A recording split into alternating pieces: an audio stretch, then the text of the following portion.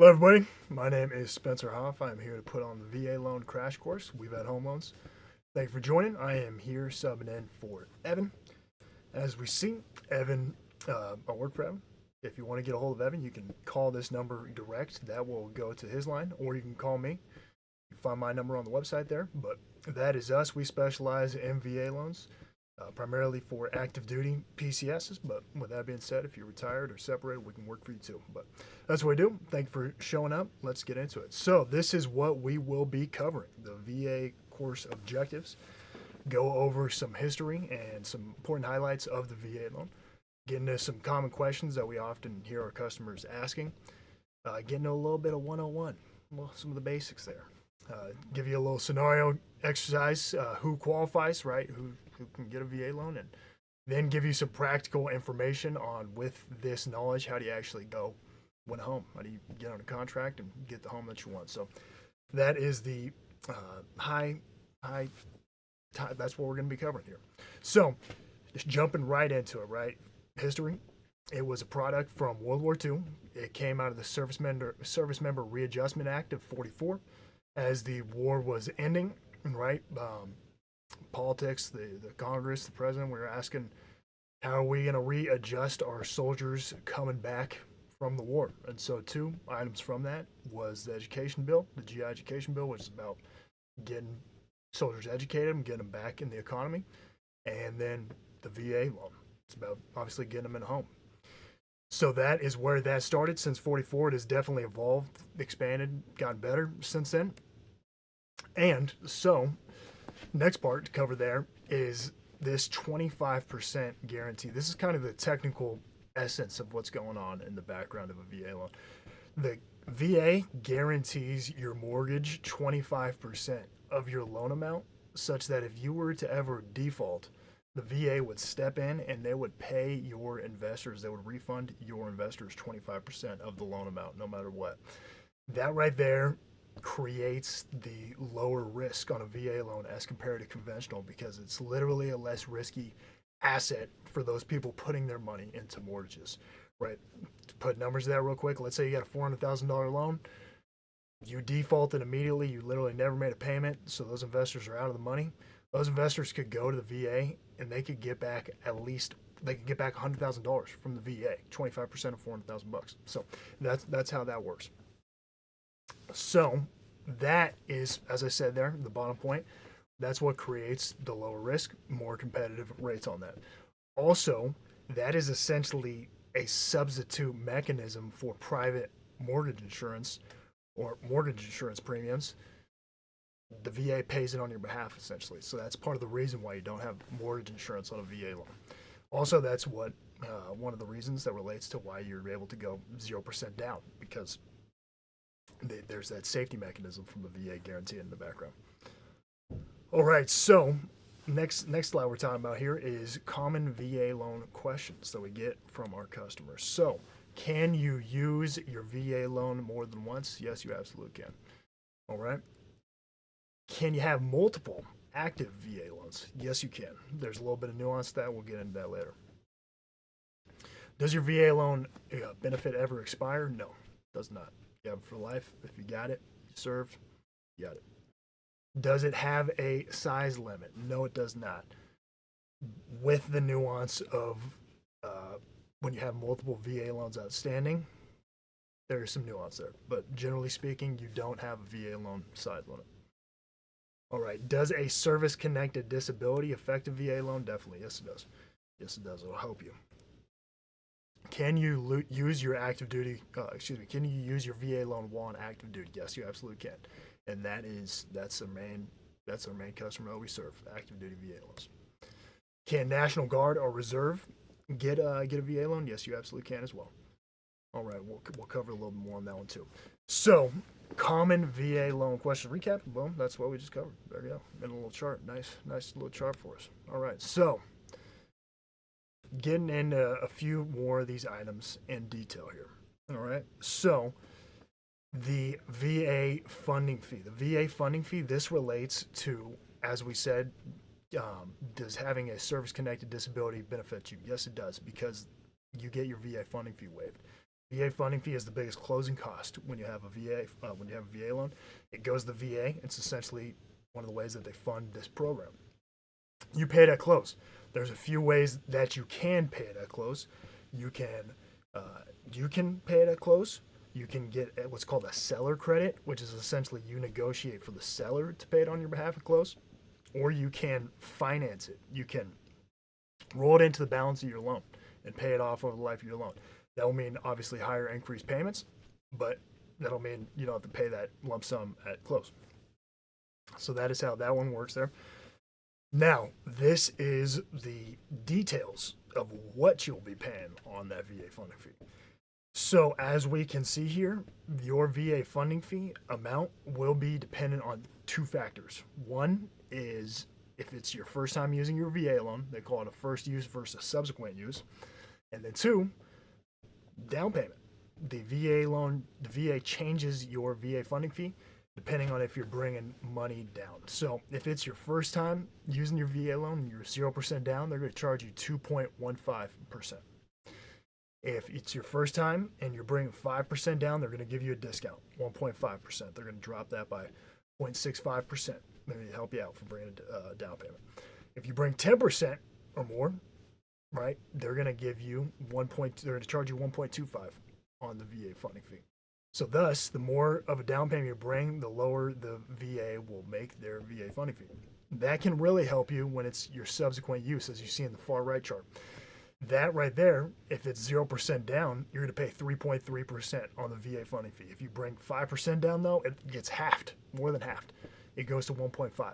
So that if it's your subsequent use VA loan, if you already used your VA loan before, now you're buying a third, second house, whatever it is, will benefit you bringing that 5% down, most definitely. And we can show you that via quotes, right? If you want to get that from us, that's something we do from our customers. We can show you what both scenarios look like.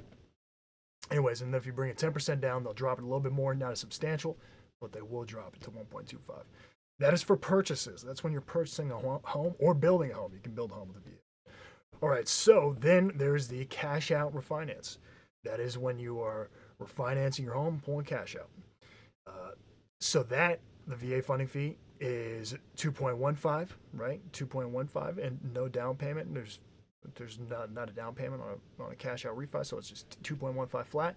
And then if it's your subsequent use, if you've already used your VA loan before, it's 3.3, right? So that is that IRRRL. The IRRRL is the refinance where you're not pulling money out. That's a refinance on a VA loan where you're purely dropping your interest rate, and that is 0.5% on the VA funding fee. It doesn't matter if it's your first or second.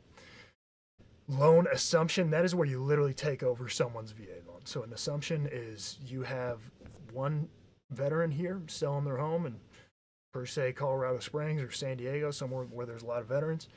They got their mortgage, let's say, in 2021, coming out of the COVID years when rates were crazy low. You can literally take over their mortgage, take their low interest rate, and keep paying their mortgage. Basically, just take it off their hands. If that's the case, your VA funding fee, if you're doing that, is 0.5%. So that is that. COE, this is essentially certificate of eligibility. This is essentially a document from the VA that tells you simply if you have access to your VA loan. It's something that we'll always need in order to get your VA loan. And it is pretty simple for us to pull. So if you're working with us, don't worry too much about this. We are hooked in to the VA portal, can pull this very easily in a matter of a few minutes. But that is an item that is necessary to get your VA loan. It's from the VA, and it's make sure it says that you qualify for your VA loan, and give some other details on that. All right, so getting further into property types. What types of property can you buy with a VA loan? Obviously, you can buy a single-family home. Thank goodness, because if you couldn't, your options would be much more limited. But you can buy a single-family home. You can buy a condo. You can buy a condo. They're a little bit more complex. Essentially, with a condo, you need to get the condo association cleared by the VA before closing, because taking it back to the 25% guarantee, essentially the VA doesn't want to guarantee a dysfunctional condo that isn't managed right. So they're going to make sure it's managed right. Anyways, that will be a little bit more complex than normal, but no problem. If you're working with us too, we've done that before, can do it for you. Right, you can use a townhome, you can use it on a townhome, you can use it on a multi-unit. This is an interesting one. This is kind of a hack type deal. You can buy, so as you see there on the right side, you can't buy a straight up investment home. You can't buy a home purely with the intention to put a tenant in there and make money off it. But you can buy a duplex, a threeplex, or fourplex, live in one of the units, because it has to be your primary residence. For a VA loan, you always have to live there. So you satisfy the primary residence rule through that, and then you rent out the other units. It's kind of a best of both worlds type scenario if you want to make some rental income off your property. And that is allowed with the VA loan, right? Straight up investment, when you're not living anywhere, not allowed. It is allowed for multifamily. So you also can buy mobile homes or manufactured homes with the VA loan. A little bit more complex, little nuances there. Specifically, the home has to have been built after 1976. In 1976, HUD started regulating these mobile homes, and if it was built before 1976, there's no guarantees that it meets these certain standards that HUD implemented, and the VA won't guarantee it. That's number one. Number two is you have to own the land underneath the home, right? Sometimes with a mobile home, if you're in a park, you won't own the land. You'll essentially have a lease on the land. You'll pay rent on the land. You'll own your home. Can't do that with the VA loan. You gotta own the land underneath it. You can't have that structure where you're paying rent on land. Third condition with a mobile home is you gotta have a permanent foundation. You gotta have a permanent foundation. So it can't just be strapped down. You can't just have straps holding it down to the ground. You got to have some kind of permanent foundation on there, concrete, whatever it is, but you just got to be affixed to the ground. Okay, so then that leaves us with new construction. You can use your VA loan to build a home. They call that the VA one-time close. We can do that here at WeVet. We do the VA one-time close. We can help you get through that. What is not eligible, right? You can't buy commercial property. Sorry, you can't go buy the local warehouse with your VA loan. Won't allow it. You also can't buy raw land, okay? I said you can build a home, the new construction. Nuance here, you actually can buy raw land if simultaneously you are building on it and have all of your building plans, budget, etc., have all that whole building process lined up. You can buy raw land and then simultaneously build on it. You cannot buy raw land and just let it sit. It doesn't let you do that with the VA loan. Undeveloped lots, can't buy a parking lot with VA loan. Sorry, and investment homes. We said can't do that one. So that's what we got. That's what kind of homes you can buy. All right, so comparing, right now we're just gonna get a little scenario on running out the numbers on possibly what a conventional loan versus a VA loan could look like. So we got $500,000, $500,000 home, and 30-year mortgage, right? Standard 30-year mortgage.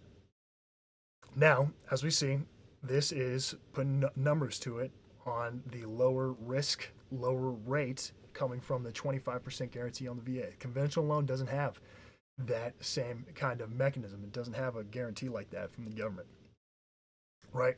So, A, you got to put a down payment down on a conventional loan. We have 5% down here, $25,000, and then B, you get conventional loans come with higher interest rates. So let's say it was 6.5 while your VA loan is 5.625, right?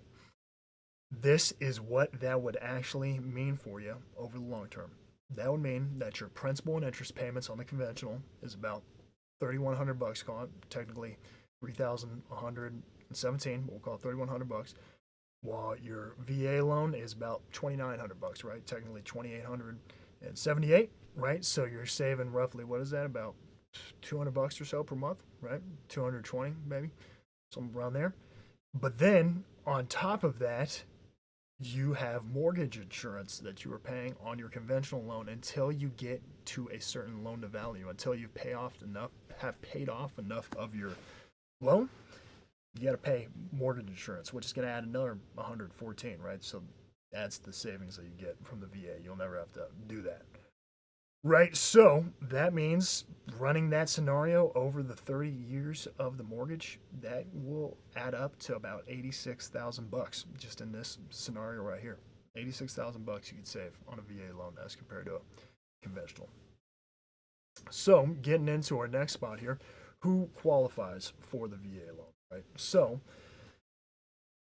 if you serve in the military, you qualify for the VA loan. That's the short of it, right? And as we said, if you're in the Guard, you can qualify too. There's two conditions, right? If you're in the Guard or reserves, there's two tracks from which you can qualify. One, you've served for 6 years. Two, you've had 90 days cumulative active duty service. You've been on orders for 90 days cumulatively.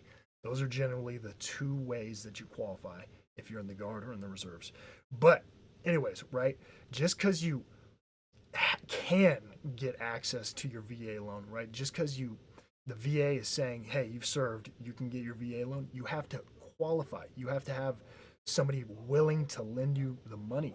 In order to do that, you have to get a credit check run on you. We have to check your income, etc. So that's where this comes into. Overlays. What that means is there are two sets of rules. There is the rules from the VA, right? That's the baseline, the basic rules. Then there's the rules from the lender. So, for example, with the VA, there is no credit requirement. You do not have to have a minimum credit score. Where that can come in is lenders can have a minimum credit score that they require, right? So that's one example of this. Big picture, who qualifies? If you served in the military, you can theoretically get your VA loan. Now you just got to find a lender to work with where you can qualify for their specific rules. All right, so with all of this information, how do you win a home? How do you win a home? How do you actually practically go on and get home? First step is assembling the right team. And the two biggest parts of your team, the two biggest people on your team when you're buying a home are your realtor and your lender. Working with someone who knows the VA loan is important because think about this. Take any random home being bought in America right now. Literally just pull it random, home being bought. Probably not going to be a VA loan because most people don't serve in the military. Most people don't have access to the VA loans. Thus, take any random realtor, any random lender out in the country, they're probably not going to come across VA loans a lot. It's a rare deal. That's why it's important to work with realtors and lenders that specialize in. That's exactly what we do. So, if you give us if you want to give us a chance to work with us here, we work for both realtor side and lender side, right? We can get you the VA loan and we can connect you with a VA loan specialist realtor in the area. My colleague Marty will take care of you in that way.